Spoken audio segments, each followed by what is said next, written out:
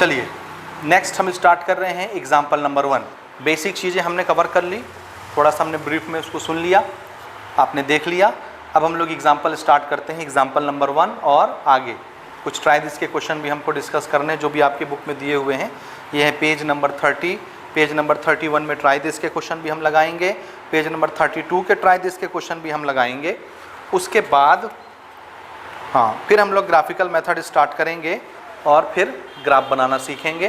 तो बाकी के क्वेश्चन जो एग्जाम्पल नंबर 5 से आने वाले हैं ग्राफ वाले, तो उसके लिए आप 3 क्वेश्चन एग्जाम्पल 5, 6 और 7 आप ग्राफ कॉपी में बनाएंगे। तो एटलीस्ट छोटी सी ग्राफ कॉपी पतले पेज की कम पन्नों की 10 रुपये वाली आप लेके रखेंगे। उसमें आपको सिर्फ 3 क्वेश्चन प्रैक्टिस करने हैं ग्राफ के, बाकी कुछ नहीं करने। ओके चलिए अब हम लेते हैं एग्जाम्पल नंबर 1। ये जो first example, second example, third example आएंगे या ट्राई दिस के क्वेश्चन आएंगे, उसमें सिर्फ आपको इक्वेशन बनवाया जाएगा। इक्वेशन बना के छोड़ दो, देखो तो इक्वेशन बनता कैसे है, क्वेश्चन पढ़ के सोचेंगे कैसे कि इसको लिखना कैसे है मैथमेटिकल एक्सप्रेशन के टर्म्स में। तो हम सिर्फ अभी इक्वेशन बनाना सीखेंगे, सॉल्व करना हम बाद में सीखेंगे। ठीक है भाई, चलिए स्टार्ट करते हैं। पहला क्वेश्चन, पहला example. Salma said to Reema, 2 लड़की हैं, एक का नाम सलमा, एक का नाम रीमा। सलमा ने रीमा से कहा, ठीक है, my number is 2 more than your number. Salma Reema से बोलती है कि मेरे पास जो नंबर है या मेरा नंबर जो है वो तुम्हारे नंबर से 2 ज़्यादा है। 2 मोर देन योर नंबर, यानी तुम्हारा जो नंबर है उससे 2 ज़्यादा है मेरा नंबर। कौन बोल रहा है? सलमा बोलती किससे? रीमा से, कि तुम्हारे पास जो नंबर है उससे मेरा नंबर कितना ज़्यादा है? 2 ज़्यादा है। तो मान लो अगर मैं बोलता हूँ कि रीमा के पास नंबर है 10, तो सलमा के पास कितना होगा? 2 ज़्यादा। तो अगर इसके पास 10 है तो सलमा के पास कितना हो जाएगा? 10 + 2, 2 ज़्यादा, 12। ओके, अच्छा अब इसमें सिचुएशन देखो ना, and the sum of our number is 14। और अगर मैं तुम्हारा और अपना दोनों का नंबर जोड़ती हूँ तो उसका सम कितना आता है? 14। Okay, can you find our number? क्या आप हमारे नंबर पता कर सकते हो? तो बहुत आसान है, देखिए कैसे पता करेंगे। सलमा ने रीमा से कहा, तो हम ऐसा करते हैं, रीमा का नंबर कुछ मान लेते हैं, x। ठीक, देखो ना, लेट रीमास नंबर बी x। मान लेते हैं रीमा के पास कितना नंबर है? x। तो सलमा के पास कितना होगा? इससे 2 ज़्यादा। इसके पास जितना भी नंबर है रीमा के पास, रीमा से कितना ज़्यादा है सलमा का नंबर? 2 ज़्यादा है। देयरफॉर सलमास नंबर विल बी कितना? इसके पास x है तो सलमा के पास 2 ज़्यादा होगा, x + 2। अब सिचुएशन क्या कहता है देखो, अकॉर्डिंग टू क्वेश्चन ये बोलता है कि तुम्हारा और मेरा दोनों का नंबर जोड़ें तो कितना आता है? 14। तो दोनों को जोड़ देते हैं, ये हो गया रीमा का नंबर और ये हो गया सलमा का नंबर। दोनों नंबर हमने जोड़ दिया तो किसके बराबर हुआ? ये 14। तो बताओ ये दोनों नंबर कितने कितने होंगे? तो देखो इसमें सिर्फ एक ही वेरिएबल आया, एक सिंगल वेरिएबल आया x, y इन्वॉल्व भी नहीं हुआ। तो एक सिंगल वेरिएबल को सॉल्व करने के लिए, एक अननोन क्वांटिटी को सॉल्व करने के लिए कितने इक्वेशन चाहिए? एक। तो ये देखो एक इक्वेशन है हमारे पास, इक्वल साइन लगा मतलब वो इक्वेशन बन गया। ठीक है ये। तो अब देखो, this is x + 2 = 14, x + x 2x + 2 = 14। इस नंबर को नंबर के पास भेज देते हैं। 2x = 14 - 2, 2 इधर प्लस में है, उधर जाके माइनस हो गया। 2x = 12 और x = 12/2, ये कट के कितना मिला? 6। तो एक नंबर कितना हो गया? 6। रीमा का नंबर कितना हो गया? 6। तो दूसरा नंबर, इसको हम ऐसे लिख लेंगे, x क्या था? रीमा का नंबर, रीमा नंबर कितना? 6। देयरफॉर तो सलमा का नंबर कितना होगा? इससे 2 ज़्यादा, 6 + 2 यानी कितना? 8। और देखो दोनों का सम 14 आता है कि नहीं? 6 + 8 कितना होता है? 14। तो हमने दोनों नंबर ढूंढ लिए, दोनों का सम 14 है। ठीक है, हमारा क्वेश्चन करेक्ट है। अब एग्जाम्पल नंबर 2 देखिए, ये नोट करेंगे सब। एग्जाम्पल नंबर 2 देखिए, बहुत आसान क्वेश्चन है। What is the value of each of the internal angles of a triangle given below? एक ट्राइंगल हमको दिया हुआ है, वो ट्राइंगल मैं यहाँ बना देता हूँ, ठीक है ना। ओके, ये इस तरह का एक ट्राइंगल हमको दिया हुआ है। ट्राइंगल आप कैसे भी बना सकते हैं।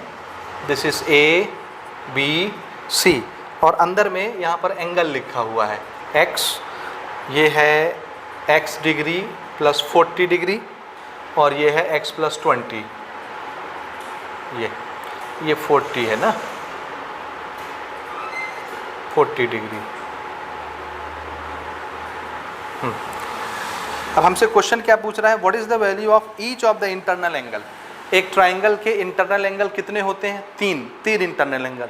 ये रहा पहला एंगल, दूसरा एंगल, तीसरा एंगल, तीनों इंटरनल एंगल दिख गए। अच्छा, हमसे पूछ रहा है what is the value of each internal angle of the triangle. इस ट्राइंगल में जो तीनों इंटरनल एंगल दिए हैं उसकी वैल्यू कितनी होगी, तीनों की।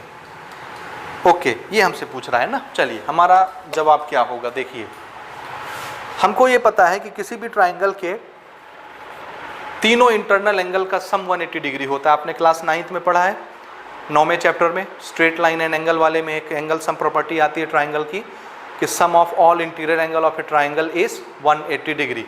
तो हमको ये पता है कि तीनों एंगलों का सम कितना होगा, 180 डिग्री होगा। डायरेक्ट मैं इसको सॉल्व करता हूँ।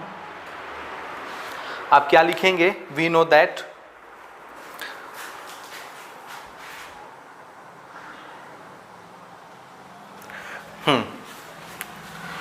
यहां हम लिखेंगे we know that by angle sum property of triangle.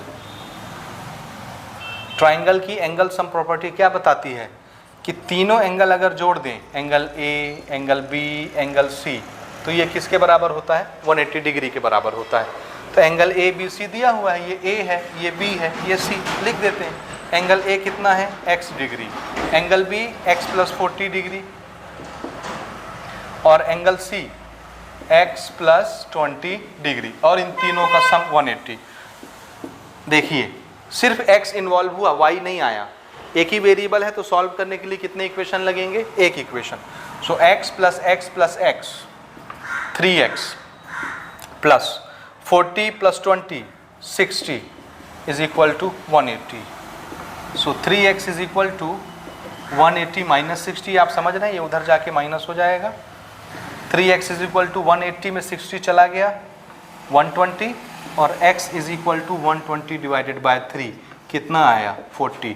तो x की वैल्यू कितनी हो गई, कितनी, 40 डिग्री। और x कौन है, angle a। Therefore first angle that is angle a कितना हो गया, ये x था ना, और x कितना आया 40 डिग्री। ये तो पहला एंगल 40 डिग्री एंगल a। दूसरा एंगल मैं ले लेता हूं, दूसरे एंगल का नाम है एंगल b, और ये कितना था x plus 40, x plus 40, x की वैल्यू 40 आई है, तो 40 प्लस 40 कितना हो गया 80 डिग्री। तो दूसरा ये वाला एंगल कितने का हुआ, 80 डिग्री का। तीसरा एंगल देखो, थर्ड एंगल, एंगल C, और एंगल C कितने का है, x प्लस 20। तो इसको हम क्या कर लें, x प्लस 20 कर लेते हैं, x की वैल्यू पुट कर देते हैं, x प्लस 20, x की जगह 40 रख रहा हूँ, प्लस 20, दिस इज 60 डिग्री। ये तीन एंगल मिल गए, और तीनों एंगलों का सम कितना होता है 180 डिग्री। देखो भला जोड़ के 40 और 80 120, 120 और 60 180, तो तीनों एंगलों का सम कितना हो गया 180 डिग्री। ये हमारा आंसर हो गया। इसमें देखिए सिर्फ एक ही वेरिएबल इन्वॉल्व हुआ x। तो हम आपको सिर्फ यही बताना चाह रहे हैं कि ये किसकी याद दिला रहे हैं आपको, class 9th chapter number 5 linear equation in one variable. तो एक वेरिएबल वाले सवाल ऐसे हुआ करते थे, ये सिर्फ याद दिलाने के लिए 2-3 क्वेश्चन आ रहे हैं। इसके बाद देखिए, अब हमको ट्राई दिस के क्वेश्चन कुछ दिए हुए हैं पेज नंबर 31 में। बुक उठाइए, देखिए आपको क्वेश्चन यहाँ डिस्प्ले होंगे। आपके पास बुक है तो बुक में देखिए, बुक नहीं है तो आप सर्च करिए। पहली से लेकर 10वीं तक की सभी बुक छत्तीसगढ़ बोर्ड वाले स्टूडेंट के लिए अवेलेबल है नेट में, उसका PDF डाउनलोड कर लीजिए। और अगर आपको नहीं मिलता है तो मुझे कमेंट करके मैसेज करिए, मैं आपको लिंक सेंड कर दूंगा या उस पर एक वीडियो बना दूंगा, तो आप वहाँ से बुक डाउनलोड कर लेंगे। ओके, अब आते हैं हम लोग ट्राई दिस के क्वेश्चन में। वो 3 क्वेश्चन दिए हुए हैं पेज नंबर 31 में, इसको ज़रा सॉल्व करते हैं कैसे बनेगा। चलिए हम स्टार्ट करते हैं। पेज नंबर 31 में जो हमारा ट्राई दिस का क्वेश्चन दिया हुआ है 3 क्वेश्चन, उसको सोचते हैं। हमारा पहला क्वेश्चन है, ए बैग कंटेन्स 50 पैसा कॉइन। एक थैला है हमारे पास, उस थैले में, उस बैग में 50 पैसे के बहुत सारे सिक्के हैं। 50 पैसा कॉइन्स यानी 50 पैसे के बहुत सारे सिक्के हैं। Find the number of coins in the bag. आपको बताना है कि उस बैग में कितने कॉइन होंगे। If the total money in the bag is ₹50, अगर उस थैले में अगर टोटल हम पैसा देखें कि कितना रुपया बनता है, ये बहुत सारे सिक्के हैं 50 पैसे के, टोटल पैसा कितना बनता है 50 रुपया, तो कितना सिक्का होगा। तो देखो इसको कैसे बनाते हैं ना, एक वेरिएबल से बन जाएगा। क्या करना है, सॉल्यूशन देखो ना, लेट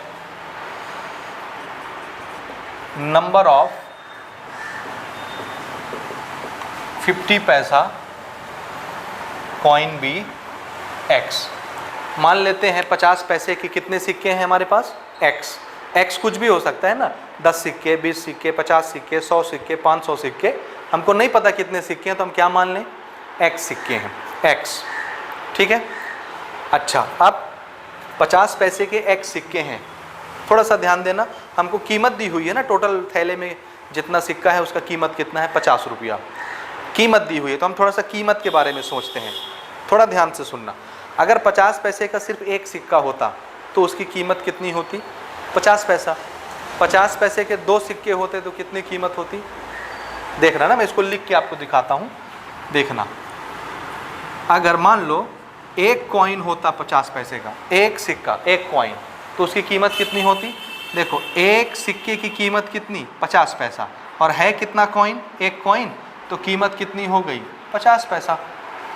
दिख रहा है ना, 50 मल्टीप्लाइड बाय 1, 50 पैसा। अगर 2 कॉइन होता, एक कॉइन की कीमत कितनी, 50, तो 2 कॉइन की कीमत कितनी हो जाती, 100 पैसा। और 100 पैसे को हम क्या बोलते हैं, 1 रुपया। ये तो आप सब जानते हैं कि 100 पैसे का ही क्या बनता है, 1 रुपया बनता है। इसी तरह से अगर मेरे पास 3 सिक्के होते 50 पैसे के, तो 1 पैसे का कीमत होता 50 पैसा, और 50 पैसे के 3 सिक्के हैं, तो टोटल कितना पैसा बनता, 150 पैसा। और 150 पैसा कितना होता है, 1.5 रुपया। ये सब आप जानते हैं, 1.5 रुपया होता है ना, 50 पैसा 1 रुपया, और 1 50 पैसा 1.5 रुपया। अगर मेरे पास 4 कॉइन होते, तो एक कॉइन की कीमत होती 50 पैसा, और 4 सिक्के हैं तो कितना हो जाता, 200 पैसा। 100 पैसे का 1 रुपया होता है, तो 200 पैसे का 2 रुपया, 2 रुपया। ये फंडामेंटल समझ में आया आपको। अच्छा, अब देखो, ये तो समझाने की बात हो गई ना। एक सिक्का है तो 50 पैसा मल्टीप्लाइड बाय 1, 2 सिक्का है तो 50 पैसा मल्टीप्लाइड बाय 2, 3 सिक्का है तो 50 पैसा मल्टीप्लाइड बाय 3, 4 सिक्का है तो 50 पैसा मल्टीप्लाइड बाय 4। इधर क्या मिलता जा रहा है, कीमत, उसकी वैल्यू। अब सोचो हमारे पास 50 पैसे के कैठो सिक्के हैं, x, तो इसकी कीमत कितनी होगी। तो ध्यान से सुनना, जब एक सिक्का होता है तो कीमत कितनी होती है, 50 × 1। 2 सिक्का होता है तो 50 × 2, 3 सिक्का होता है तो 50 × 3, 4 सिक्का होता है तो 50 × 4। और जब x सिक्का होगा तो कीमत कितनी होगी, x कॉइन होगा तो कीमत कितनी हो जाएगी, 50 पैसा मल्टीप्लाइड बाय x, यानी कितना, 50x पैसा हो जाएगा। 50 सिक्के या 50 पैसे के x सिक्के हैं तो कीमत कितना हो जाएगा, ये कुछ ना कुछ बन जाएगा, पैसों में, रुपए में आ जाएगा। अच्छा, अब सोचो x सिक्के ही तो थे थैले में, और इस थैले का टोटल कितना पैसा बोल रहा है क्वेश्चन, 50 रुपया। मेरे कैलकुलेशन के हिसाब से वो 50 रुपया कितना बन रहा है, 50x पैसा। तो यही 50x पैसा ही क्या चीज़ है, 50 रुपया। तो अब हम क्या लगा दें, यहाँ पर हम लिख सकते हैं according to the question, according to the question. हमसे क्वेश्चन क्या बोल रहा है कि बैग में टोटल पैसा कितना है, 50 रुपये, और हमने ये मान रखा है कि 50 पैसे के x सिक्के हैं, x। ठीक है, तो अब हमने कीमत लगानी कि अगर x सिक्के हैं तो उसकी कीमत कितनी होगी। तो यहाँ देखो फंडामेंटल मैंने बताया, एक सिक्के की कीमत 50 पैसा, 2 सिक्के की कीमत 50 × 2, 3 सिक्के की 50 × 3, तो x सिक्के की 50 × x, और यही 50 इंटू एक्स क्या चीज़ है, 50 रुपया। तो इसी को हम क्या लिख देंगे कि 50x पैसा ही किसके बराबर है, 50 रुपया के बराबर है। ये पैसा ही रुपया बन जाएगा। जैसे यहाँ देखो मैंने 100 पैसे को 1 रुपया लिख लिया है, 150 पैसे को 1.5 रुपया लिख लिया, 200 पैसे को इतना लिख लिया है। तो इतना पैसा भी कुछ होगा ना रुपया में, तो इसको रुपया मान लेते हैं। ये रुपया बराबर हो गया। तो x is equal to 50 divided by 50। ठीक है, तो ये कैंसिल हो गया और ये कितना आया, 1। अच्छा 1 नहीं आएगा, वो थोड़ा सा इसको आप ये समझिए ना, देखिएगा क्यों 1 नहीं आएगा। यहाँ ये किस में दिया हुआ है, पैसे में। ये देखो हमने किस में बनाया, पैसे में। और ये क्या दिया हुआ है बुक में, रुपीस। थोड़ा ध्यान से देखना, ये है रुपीस और ये क्या चीज़ है, पैसा। ये तो हमने पैसे में बनाया ना, एक पैसे में एक रुपीस में। दोनों पैसा और रुपया बराबर होते हैं क्या, नहीं। दोनों तरफ रुपीस हो या दोनों तरफ पैसे हों। तो हम क्या करते हैं, हम चाहें तो इसको रुपीस में कन्वर्ट कर लें या चाहें तो इसको पैसे में कन्वर्ट कर लें। तो इसको हम पैसे में कन्वर्ट कर लेते हैं। देखो यहाँ पर मैंने आपको बताया 1 रुपया में कितने पैसे होते हैं, 100 पैसे। ये देखो 1 रुपया में कितने पैसे होते हैं, 100 पैसे। तो 50 रुपया में कितने पैसे होंगे, देखो 1 रुपया में 100 पैसे। तो इसको 50 रुपया बनाना है तो 50 से मल्टीप्लाई करूँगा, दोनों तरफ 50 से मल्टीप्लाई कर देता हूँ। तो 50 रुपया में कितना पैसा हो जाएगा, इसको 50 से मल्टीप्लाई कर दो, इतना पैसा। तो ये कितना बन गया, 50 रुपीस, यानी कितना पैसा, 5000 पैसा। तो ये पैसा, ये रुपया। तो अगर मैं इस पैसे को पैसा ही रखूं और इस रुपए को पैसे में चेंज करूं तो ये कितना हो जाएगा, इतना पैसा। अब ये भी पैसा, ये भी पैसा अब आ जाएगा। सो x is equal two divided by 50। एक जीरो तो यहीं से ख़त्म हो गया, 5 1 जा 5 और ये 2 जीरो। तो x की वैल्यू कितनी आ गई, 100। और x क्या था, 50 पैसे के कैठो कॉइन है, तो कैठो कॉइन होंगे 100 कॉइन। ठीक है, 50 पैसे के कितने सिक्के होंगे, 100 सिक्के। तभी 100 सिक्के मिला के कीमत कितनी बनाते होंगे, 50 रुपया। आप कैलकुलेशन करके देख लीजिए। इसका नेक्स्ट क्वेश्चन हम लोग लेते हैं, क्वेश्चन नंबर 2। ये नोट करेंगे सभी बच्चे। सेकंड क्वेश्चन है हमारा, if one of the internal angle of A right angle triangle is 60 degree. सबसे पहले तो एक राइट एंगल ट्राइंगल है, तो मैं एक 90 डिग्री वाला राइट एंगल ट्राइंगल बना लेता हूँ। राइट एंगल तो आप सबको पता है ना किसको कहते हैं, ये दिस इज राइट एंगल, यानी ये कितना हो गया, 90 डिग्री। क्वेश्चन कहता है if one of the internal angle of A right angle triangle is 60 degree. ये राइट एंगल ट्राइंगल है, इसका इंटरनल एंगल कैठो होगा, 3 इंटरनल एंगल। उसमें से एक इंटरनल एंगल कितने का है, 60 डिग्री। तो मैं मान लेता हूँ कि ये वाला एंगल कितने का है, 60 डिग्री का है। Then find the value of other angle. तो बताओ ये जो बच गया ये कितने डिग्री का होगा, ठीक है ना। ओके, तो इसको हम डायरेक्ट बना सकते हैं बाय एंगल सम प्रॉपर्टी। जैसे हमने अभी एग्जांपल नंबर 2 बनाया, ऐसा ही था। एंगल सम प्रॉपर्टी क्या बोलता है कि एक ट्राइंगल के तीनों इंटरनल एंगल का सम 180 डिग्री होता है। एंगल ए मान लो मुझे निकालना है, या आप चाहो तो क्या मान सकते हो, let angle A be x degree. मान लो कि ये वाला एंगल कितने का होगा, x डिग्री का। ऐसे भी मान सकते हो। एंगल ए भी लिखोगे तो यहाँ नोन ही तो है, एक variable. Angle B right angle बोला है तो एक को तो हम 90 डिग्री लिखेंगे। एक एंगल क्वेश्चन ने बता दिया है 60 डिग्री, ये ए को हम लिख देते हैं x डिग्री। 90 + 60 कितना हो गया, 150। नंबर के पास भेज देते हैं, 180 - 150, तो x कितने का आ गया, 30 डिग्री। और x ही क्या था, एंगल ए। तो एंगल ए 30 डिग्री का आ गया। तो बचा हुआ एक इंटरनल एंगल कितने डिग्री का होगा, 30 डिग्री का होगा। इसको नोट करें। और तीसरा क्वेश्चन देखिए, थर्ड क्वेश्चन हम लोग ले रहे हैं, ट्राई दिस का तीसरा question, last question. If father's age is twice the age of his son, then what are their current ages. ठीक है, मान लो हमसे क्वेश्चन क्या पूछा है, father age is twice the age of his son. बेटे की उम्र से बाप की उम्र दुगनी है, ट्वाइस यानी डबल, दुगनी। तो बताओ फादर की और बेटे की करेंट एज कितनी होगी, करेंट एज कितनी होगी। सबसे पहले तो हम मानेंगे कुछ दोनों के एज को।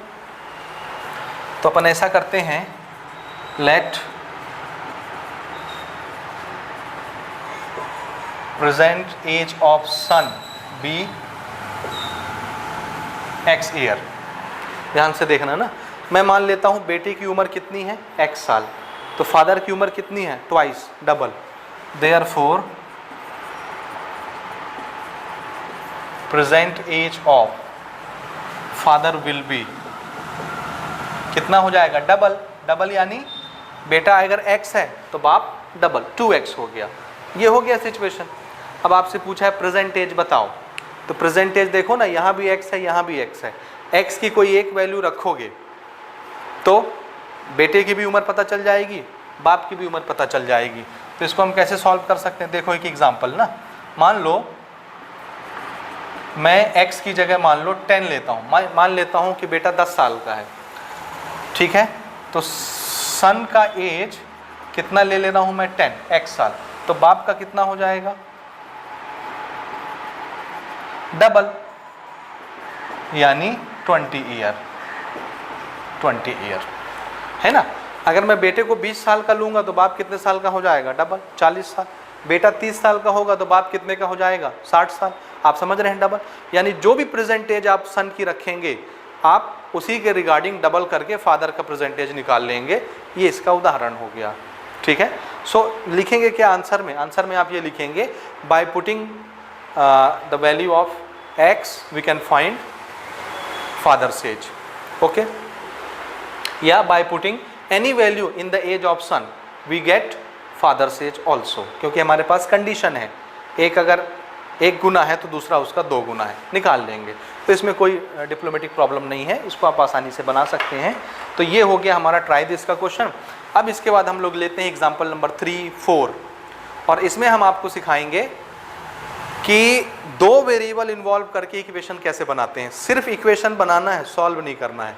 इक्वेशन बनाने तक को हम डिस्कस करेंगे, उसको सॉल्व कर भी नहीं पाएंगे, ऐसे क्वेश्चन आ रहे हैं। उसके बाद फिर एग्जांपल नंबर 5 से हम लोग ग्राफ बनाना स्टार्ट करेंगे, ये नोट करें। एग्जांपल नंबर 3 हम लोग डिस्कस करने जा रहे हैं। हमारा क्वेश्चन है, there are some deer and some cranes in the forest, the total number of leg is 180, how many deer and how many cranes are there. एक जंगल है जहाँ पर कुछ डियर हैं, कुछ क्रेन्स हैं। डियर आप जानते हैं किसको कहते हैं, और क्रेन भी आप जानते हैं किसको कहते हैं, ठीक है ना। ओके, हमसे बात की जा रही है नंबर ऑफ लेग्स की, पैरों की। क्रेन एक पक्षी है जिसको हिंदी में सारस बोलते हैं, शायद क्रेन या बकुला बोलते हैं। तो एक जंगल में क्रेन है, यानी वो चिड़िया है, चिड़िया के कितने पैर होते हैं, 2। और डियर यानी हिरण, हिरण के कितने पैर होते हैं, 4। तो हियर एनिमल, डियर जो है एनिमल है और क्रेन बर्ड है। तो बर्ड के तो 2 पैर होते हैं और डियर के 4 पैर होते हैं। एक जंगल में दोनों जानवर हैं, कितने जानवर हैं ये हमको नहीं पता, कितने डियर हैं, कितने सारस हैं, ये हमको नहीं मालूम, ठीक है। देखो 2 चीज़ें हैं, डियर हैं और क्रेन है, तो 2 अलग अलग चीज़ें हो गई ना, 2 अननोन क्वांटिटी हो गई। तो दोनों को कुछ ना कुछ मानना पड़ेगा। एक को आप x मानोगे तो दूसरा x से रिप्रेजेंट नहीं होगा, तो आपको दूसरा वेरिएबल लाना पड़ेगा, तो y भी आ जाएगा। 2 वेरिएबल आ गए। अब आगे देखिए, हम मान लेते हैं कि एक जंगल में कितने डियर हैं, देखना ना, let number of deer be x, और मान लेते हैं क्रेन कितने हैं, y, ठीक है। अब प्रश्न के अनुसार देखो, अकॉर्डिंग टू क्वेश्चन, ये कुछ गिनती होगी, 50 डियर, 100 डियर, 500 डियर। क्रेन की भी कुछ गिनती होगी, 5 क्रेन, 50 क्रेन, 100 क्रेन, 200 क्रेन, ये कुछ गिनती होगी। लेकिन हमको नहीं पता कि कितने कितने जानवर हैं, तो हम x और y मान ले रहे हैं।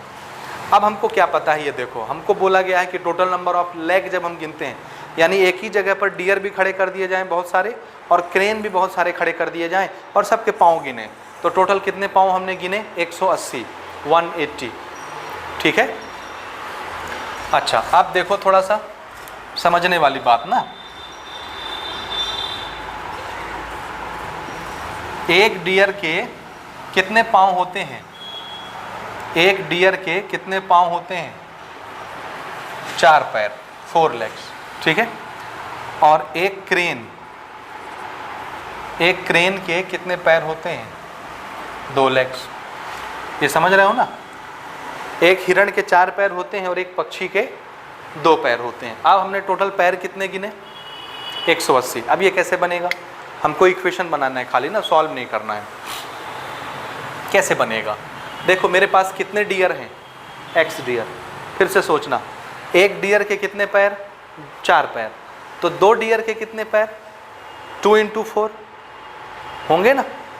या इसको ऐसे थोड़ा सा मैं आपको एनालाइज करवाता हूँ ताकि बाद के क्वेश्चन में आपकी प्रैक्टिस हो जाएगी। देखना ना, एक डियर के कितने पैर? 4 × 1 यानी कितने? 4 लेग्स। 2 डियर के कितने पैर? एक के होते हैं 4, तो 2 के कितने हो जाएंगे? 8। ठीक है। 3 डियर के कितने होंगे? एक के होते हैं 4, तो 3 के कितने हो जाएंगे? 12। इसी तरह से 4 डियर के कितने पैर होंगे? एक के होते हैं 4 पैर, तो 4 के कितने हो जाएंगे? 16। और मेरे पास कितने डियर हैं? x। तो अगर एक डियर के इतने पैर, 2 डियर के इतने पैर, 3 डियर के इतने पैर, 4 डियर के इतने पैर, इसी तरह करते करते x डियर के कितने पैर? एक डियर के 4 पैर, x डियर के x, तो ये कितना हो गया? 4x legs. x डियर के कितने पैर होंगे? 4x पैर। ठीक है। इसी तरह से क्रेन कितने हैं? y। एक क्रेन के कितने पैर होते हैं? 2 पैर। देखना ना, एक क्रेन के कितने पैर? 2 × 1 2 पैर। तो 2 क्रेन के कितने हो जाएंगे? एक के होते हैं 2 पैर, तो 2 के कितने हो जाएंगे? 4 पैर। 3 क्रेन के कितने? एक के होते हैं 2 पैर, तो 3 के कितने हो जाएंगे? 6 पैर। इसी तरह से करते करते कितने क्रेन है? y crane. तो y क्रेन के कितने पैर होंगे? y क्रेन के कितने? एक के हो गए 2 पैर और y के कितने हो जाएंगे?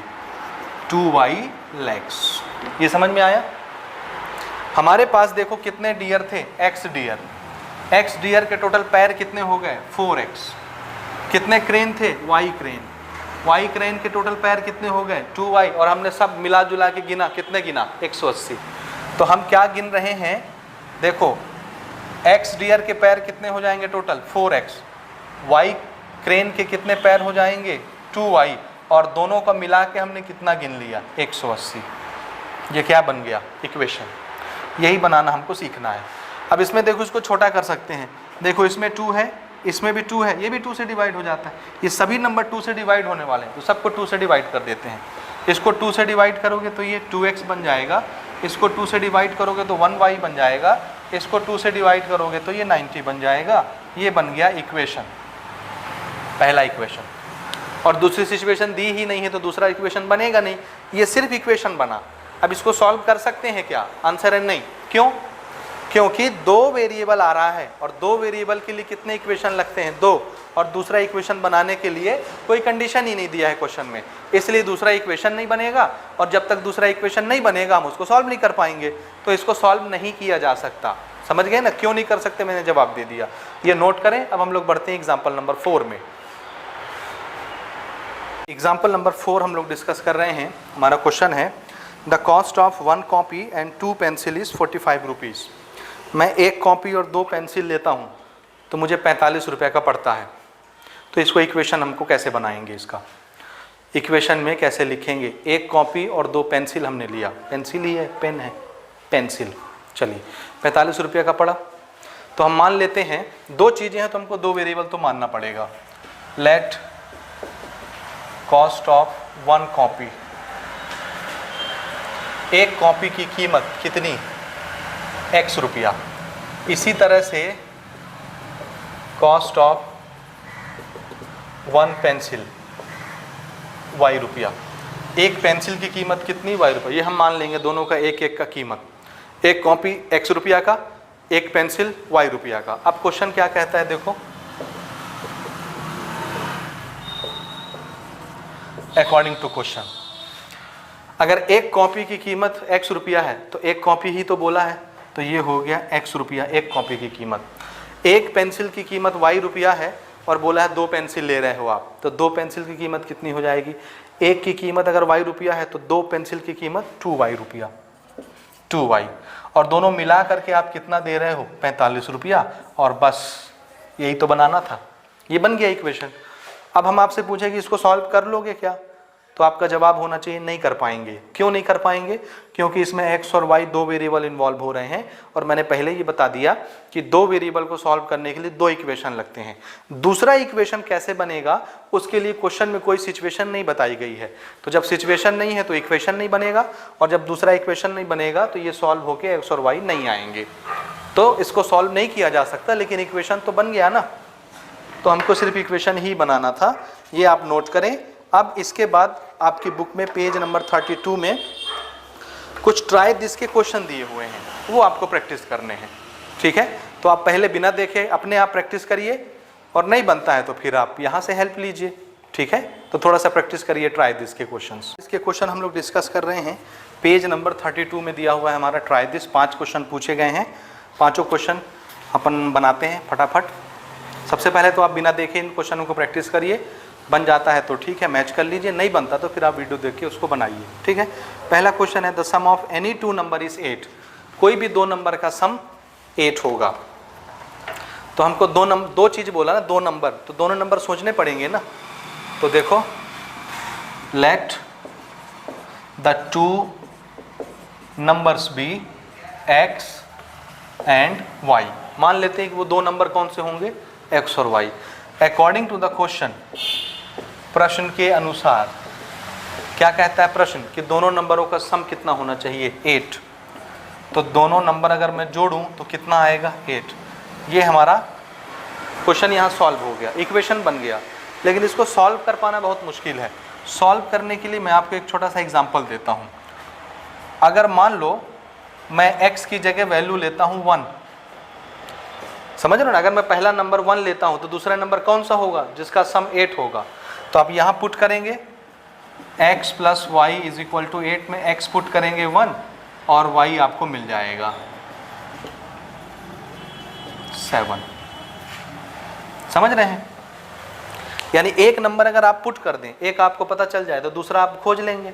जैसे मैं x की वैल्यू 2 लेता तो 2 में क्या जोड़ देता कि 8 आ जाता। तो आप समझ गए, यहाँ रखोगे तो आपको y कितना मिलेगा, 6। 2 प्लस 6 8 होता है। अगर मैं x की वैल्यू 3 लूँ तो y आप निकाल लोगे, 5 आएगा। x की वैल्यू 4 लूँ तो y भी कितना आएगा, 4। x की वैल्यू 5 लूँ तो ये हो जाएगा 3। इसको मैं 6 लूँ तो ये हो जाएगा 2। इसको मैं 7 लूँगा तो ये हो जाएगा 1। इसको अगर मैं 8 लूँगा तो ये कितना हो जाएगा, 0। आप समझ रहे हैं? तो इस तरह से एक वैल्यू पुट करके दूसरी आप निकाल सकते हैं। तो इसको सॉल्व भी किया जा सकता है, लेकिन अभी एक ही इक्वेशन है, ये तो मैं अपने से पुट करके रख रहा हूँ ना। एक इक्वेशन है तो एक इक्वेशन है तो आप दो वेरिएबल नहीं सॉल्व कर सकते, आपको दो इक्वेशन ही लगेंगे सॉल्व करने के लिए। तो इसका सिंपल आंसर क्या लिख सकते हैं, bye putting the value of x you can get value of y also. ठीक है, ये नोट करें। क्वेश्चन नंबर 2 देखिए, ट्राई दिस का ही लेते हैं अपन। क्वेश्चन नंबर 2, इसको नोट करिए। क्वेश्चन नंबर 2 है हमारा, the difference in ages of Shashank and his father is 30 years. Shashank और उसके फादर के एज के बीच में अंतर कितने का है, 30 साल का है। तो देखो दो मेंबर हैं, एक शशांक है एक उसके फादर हैं। तो शशांक की उम्र कुछ होगी, फादर की उम्र कुछ होगी। तो दो अननोन चीज़ें हैं, तो हमको x और y दो वेरिएबल मानना पड़ेगा। तो देखो हम ऐसा करते हैं, let Shashank age be x year, therefore father's age will be y year. Father की एज y ईयर मान लेते हैं। अब क्वेश्चन क्या कहता है, अकॉर्डिंग टू द क्वेश्चन दोनों की एज में डिफरेंस कितने का है, 30 साल का। तो जाहिर सी बात है, बड़ा कौन होगा, बाप, छोटा कौन होगा, बेटा।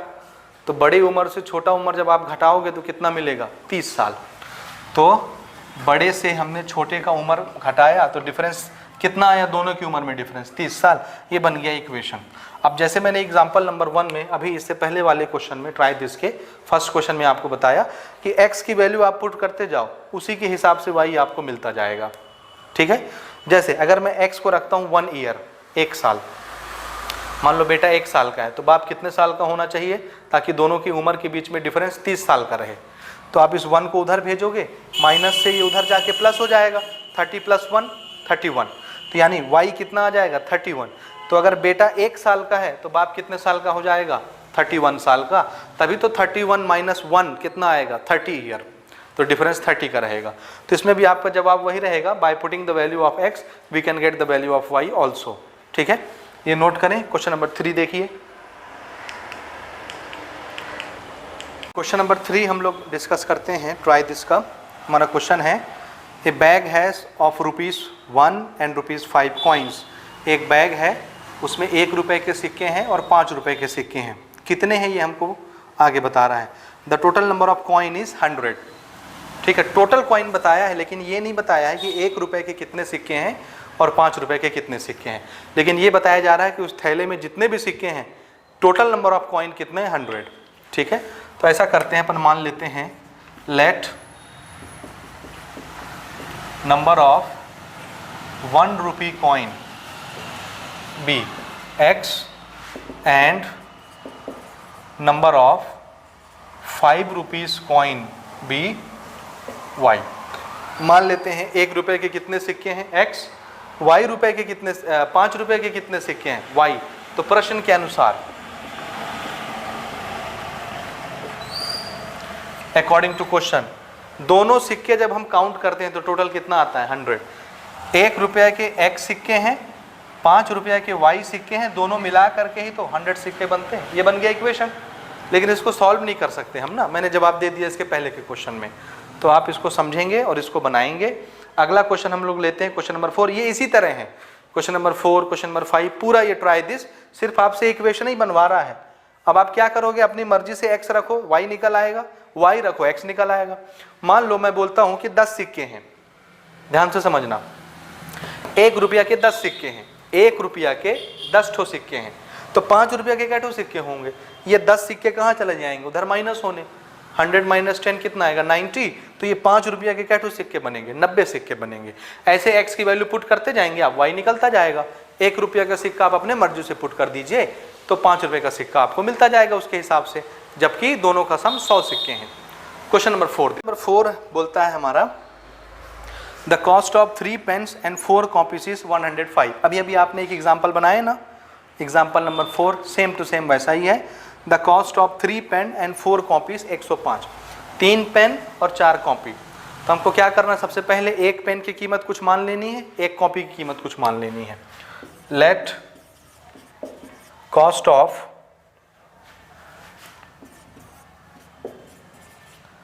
1 पेन x रुपया, कॉस्ट ऑफ 1 कॉपी y रुपया। तो प्रश्न के अनुसार कितने पेन है, कितनी कॉपियां हैं, 3 पेन 4 कॉपी, और कीमत कितनी है 105, दोनों की मिला के। तो अगर एक पेन की कीमत x रुपया है तो 2 पेन की कीमत कितनी होगी, 2x रुपया। 3 पेन की कीमत कितनी होगी, 3x रुपया। तो 3 पेन की कीमत हो गई 3x रुपया। एक कॉपी की कीमत y रुपया, तो 2 कॉपी की कीमत 2y रुपया, 3 कॉपी की कीमत 3y रुपया, और 4 कॉपी की कीमत 4y रुपया, 4y रुपया। और इतने तो लिया हमने ना, 3 पेन 4 कॉपी, और दोनों का मिला के हमने कितना दिया, 105 रुपया, दोनों का मिला के। ये बन गया इक्वेशन, ये इक्वेशन बन गया। अब इसमें फिर वही प्रॉब्लम है, 2 वेरिएबल हैं, एक इक्वेशन है, तो सॉल्व नहीं होगा। हाँ, आप x की वैल्यू अपनी मर्जी से रखते जाइए तो उसके हिसाब का y आपको मिलता जाएगा, लेकिन वो अल्टीमेट सॉल्यूशन नहीं है ना, वो हम मान के कर रहे हैं।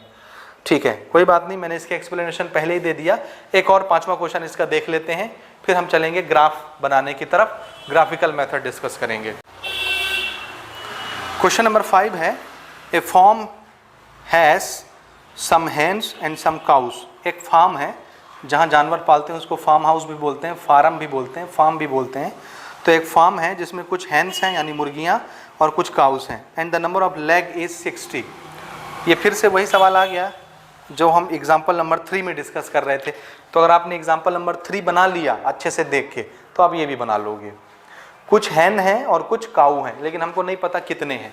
तो अपन ऐसा करते हैं, let number of hens be x। मान लेते हैं कितनी मुर्गियां हैं x, और नंबर ऑफ काउस कितने मान लेते हैं y। हम पैर गिन रहे हैं ना, अकॉर्डिंग टू क्वेश्चन। थोड़ा सा ध्यान दो, एक मुर्गी के कितने पैर होते हैं? 2। और एक काऊ के कितने पैर होते हैं? 4। ये तो सबको आता है ना? अब देखो ना, एक मुर्गी के 2 पैर तो 2 मुर्गी के 2 इंटू 2 पैर, 3 मुर्गी के 3 इंटू 2 पैर, या 2 इंटू 3 पैर। फिर से कंफ्यूजन नहीं क्रिएट करते, अच्छे से करते हैं एक बार ना। देखो, एक मुर्गी के कितने पैर? 2 इंटू 1 पैर। एक मुर्गी के 2 और एक मुर्गी 1, 2 इंटू 1 2 पैर। 2 मुर्गी के 2 इंटू 2, 3 मुर्गी के 3 इंटू 2, 4 मुर्गी के 4 इंटू 2, तो x मुर्गी के x इंटू 2 यानी 2x। तो 2x पैर हो गए किसके? मुर्गी के। इसी तरह से काऊ के देखो, एक काऊ के 4 पैर तो 2 काऊ के 2 इंटू 4, 3 काऊ के 3 इंटू 4, 4 काऊ के 4 इंटू 4, तो y काऊ के y इंटू 4 यानी 4y। और दोनों मिला के कितने पैर गिने हमने? 60। अब सब में 2 है तो सबको 2 से डिवाइड कर दो, तो ये हो जाएगा x, ये हो जाएगा 2, ये हो जाएगा 30। इक्वेशन छोटा हो जाएगा। ये बन गया इक्वेशन। x की वैल्यू रखोगे y अपने आप मिलता जाएगा, या y की रखोगे तो x मिलता जाएगा। इसमें आपको प्रॉब्लम नहीं होना चाहिए। यहाँ तक जो क्वेश्चन हमने डिस्कस किए, ये बहुत ऑर्डिनरी क्वेश्चन है, बहुत ईजी क्वेश्चन है, और इसमें कुछ करना धरना नहीं था हमको सिर्फ क्या करना था? इक्वेशन बना के दिखाना था कि देखो भैया, क्वेश्चन दिया हो तो उसको पढ़ के एनालाइज करके हम इक्वेशन बना सकते हैं, और ऐसा आता है इक्वेशन। अब यहाँ से हम लोग लीनियर इक्वेशन इन 2 वेरिएबल का एक्चुअल मेथड स्टार्ट करते हैं, जो कि पहला मेथड है, और इसी पर हमारा अगला एक्सरसाइज डिपेंड करने वाला है। That is graphical method for solving linear equation in 2 variable, और सिस्टम ऑफ इक्वेशन, और साइमल्टेनियस लीनियर इक्वेशन। तो हम लोग पहला मेथड डिस्कस करने जा रहे हैं, ग्राफिकल मेथड। ग्राफ बनाना है आपको। अब आएगा हमारा एग्जाम्पल नंबर 5। तो आपको यहाँ पर ग्राफ कॉपी लगेगी। तो अब इसके बाद जो वीडियो आप देखेंगे उसमें आपको ग्राफ कॉपी ले करके बैठना है। बिना ग्राफ के कोई भी बच्चा टाइम पास करने नहीं बैठेगा। 3 क्वेश्चन सिर्फ हमको ग्राफ में बनाने हैं, तो 3 ग्राफ के पेपर एटलीस्ट आप जुगाड़ करके रखिए, उसको ग्राफ में बनाइए, उसके बाद फिर आप जो करना है करेंगे। ठीक है, तब हम लोग डिस्कस करते हैं ग्राफिकल मेथड। एक एग्जांपल से हम लोग समझेंगे कि ग्राफ के क्वेश्चन कैसे बनाए जाते हैं। उसके बाद हम 3 क्वेश्चन पढ़ेंगे, और तीनों क्वेश्चन एग्जाम्पल नंबर 5, 6, 7, इसमें हम 3 अलग अलग तरह के ग्राफ बनाएंगे। जो मैंने इंट्रोडक्शन में बताया था कि 3 तरह के ग्राफ बनते हैं। एक ग्राफ बनेगा जो एक दूसरे को काटेगा, 2 स्ट्रेट लाइन एक दूसरे को काटेंगी, यानी उसका सॉल्यूशन आएगा, यूनिक सॉल्यूशन। अगला ग्राफ बनाएंगे हम एग्जाम्पल नंबर, ये तो एग्जाम्पल नंबर 5 में बन गया कटने वाला। एक एग्जाम्पल यहाँ सिखा देंगे हम आपको। दूसरा एग्जाम्पल जहाँ पैरेलल लाइन बनती हैं वो हम एग्जाम्पल नंबर 6 में डिस्कस कर लेंगे, उसका नो सॉल्यूशन आएगा, कुछ भी नहीं बनेगा। तीसरा, एक के ऊपर एक जो लाइन आएंगी कोइंसिडेंट, वो एग्जाम्पल नंबर 7 में हम डिस्कस कर लेंगे। तो 3 एग्जाम्पल में तीनों मेथड हम ग्राफ के डिस्कस कर लेंगे। एग्जाम्पल नंबर 8 क्वेश्चन ही आपको ग्राफ बना के देगा, और उसमें पूछेगा बताओ सॉल्यूशन क्या है। तो जहाँ पे लाइन कटती है, जहाँ पर पॉइंट ऑफ इंटरसेक्शन है, उसी का x और y का वैल्यू उस इक्वेशन का वैल्यू होगा ग्राफिकली। उसके बाद हम पहले एक्सरसाइज बनाएंगे। पहले एक्सरसाइज में फिर से पहला क्वेश्चन यही होगा, इक्वेशन बनाओ, सॉल्व मत करो, सिर्फ इक्वेशन बना के छोड़ दो। और दूसरा क्वेश्चन जो आएगा उसमें ग्राफ पहले से दिए होंगे बुक में, तो आपको ग्राफ देख करके सिर्फ बताना है कि इसका सॉल्यूशन क्या होगा। तो हम देखेंगे अगर कट रहा है तो जहाँ पर कट रहा है वही x और y की वैल्यू सॉल्यूशन है, नहीं कट रहा है तो उस ग्राफ का कोई सॉल्यूशन नहीं। एक के ऊपर एक है तो बोल देंगे बहुत सारे सॉल्यूशन है, मेनी सॉल्यूशन या इन्फिनाइट सॉल्यूशन। तो अब हम लोग डिस्कस करेंगे ग्राफिकल मेथड। बहुत ध्यान से, बहुत धीरज रखिए, धैर्य से आपको समझना है एक एक चीज़, ताकि ये पूरा चैप्टर आपको आसान लगने लगे। ठीक है, यहाँ तक आप नोट करिए।